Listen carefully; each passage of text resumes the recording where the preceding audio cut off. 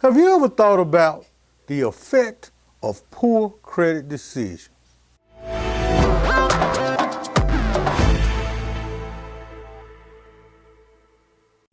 Welcome to Your Clear Thinking.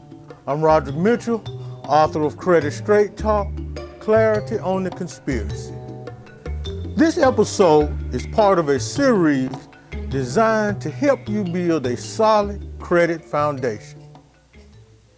I'm going to talk to you about the effect of poor credit decisions and what the effect they have on you and your life. Poor decisions made using credit is an area that needs attention and careful thought. I will highlight a couple mistakes that are very common but very avoidable. The urge to be rich or financially stable prematurely is a problem if you are using your credit as the vehicle to get you there. A large group of unseasoned investors cause themselves potentially decades of credit problems due to using their credit to obtain investment money.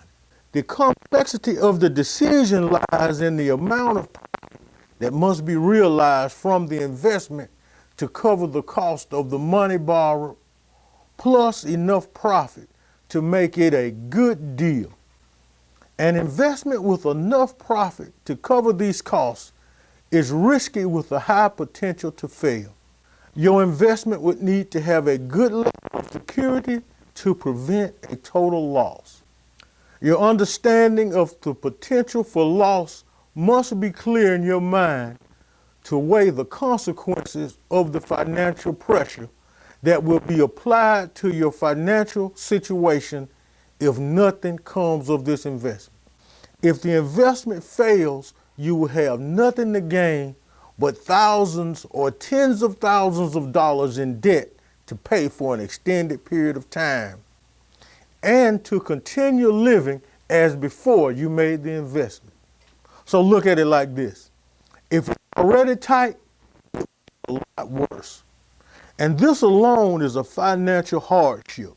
The due diligence needed to fully investigate an investment's chances of success or failure is going to be very important. If you are married with a family, do not make this decision by yourself, because of the effects of this can really run deep. Everyone that could be negatively affected by this should know exactly what they may have to face.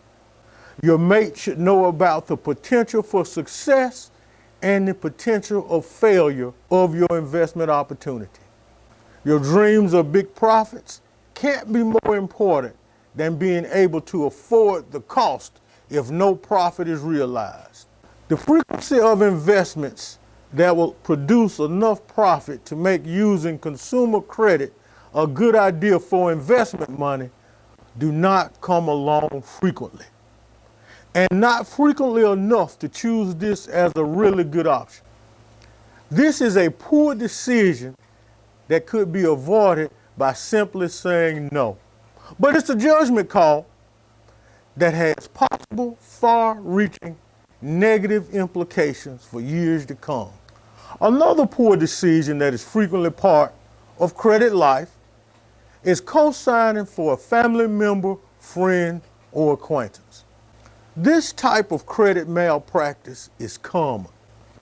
You have credit and you don't want to be viewed by the person asking for assistance to think that you are not willing to help them. But ask yourself and them, what has changed since the last time they had credit to compel them to follow through this time with this new obligation at all costs? Because if their plane crash, it can cause your plane to have problems and possibly crash as well. That's a metaphor, but you understand what I'm saying. Your cosigner decision can have a threefold negative effect.